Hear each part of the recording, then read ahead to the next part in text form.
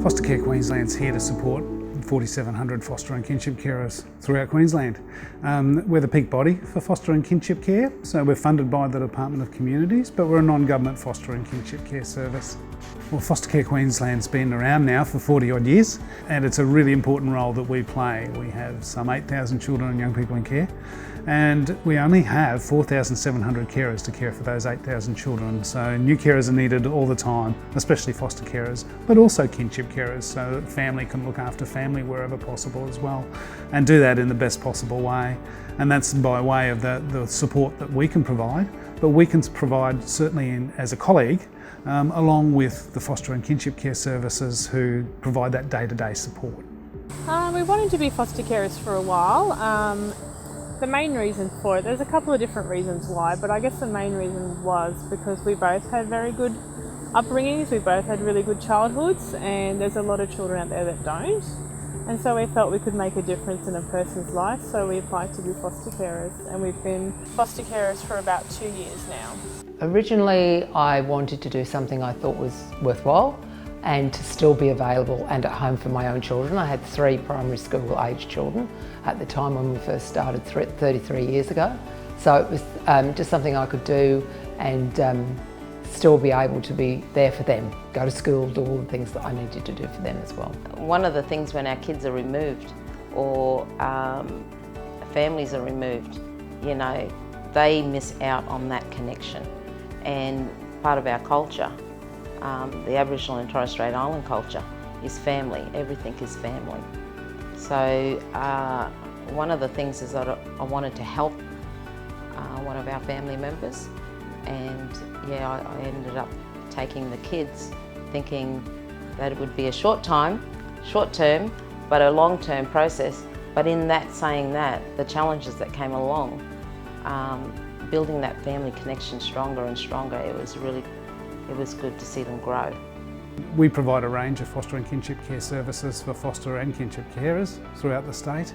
They range from our recruitment program, where we take calls from interested people throughout the community, right through to providing support and advocacy services for foster carers, whether that's a simple phone call to see how they're going or to deal with something that could be quite dramatic in a child's life. Kinship carers generally look after kin.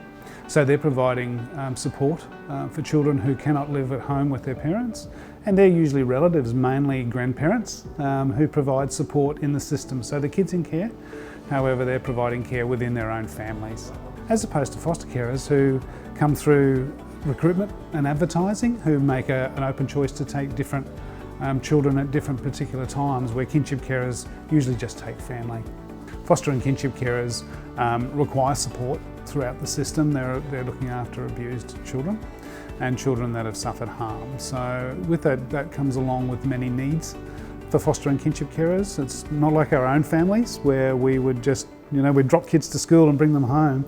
With children and young people in care, they've got case plans which are developed by the Department of Communities. We've got contact to undertake between the children and their birth parents a lot of the time. We may have extra counselling services that are involved with our children, as well as other allied health services, for instance, that come with caring for the children that we do as well. To support that, then, we provide not only in-phone support but also face-to-face support, as the foster and kinship care services do. And it's a really, really important role that we play in the retention of carers and the support of carers right throughout their life. My support comes from, of course, my family, my husband, my own children, even my grandchildren, who are really heavily involved in the children's lives. The children get support through a lot of different means, the therapists, education department, and it's part of the foster carer's role to actually advocate for anything they feel that the child may need, whether that be medical, educational, therapeutic. Primarily, a lot of our support comes from family, and we also get support from the department. But yeah, we'll be fairly happy with the support. Everyone's been contactable. The children certainly get a lot of support from other agencies. There's a lot of agencies out there that are specifically for children in care, such as the Create Foundation. There's also supports for children when they start school. There's education support plans that are delivered with the CSO and the guidance officer. There's a foster care agency that we can ring whenever we need to. There's an after hours hotline we can ring as well. There's other support such as other carers. Other carers are a wonderful support, especially those that provide respite care. Where do I get my supports from? Family, my extended family, my mum, my sisters, brothers. So there is agencies out there that does support one-on-one with the kids, running activities. There's a lot of different counselling opportunities. There is a lot of support there. Throughout Queensland we've got approximately 4,700 carers. Of those, about 30% at this particular time are kinship carers.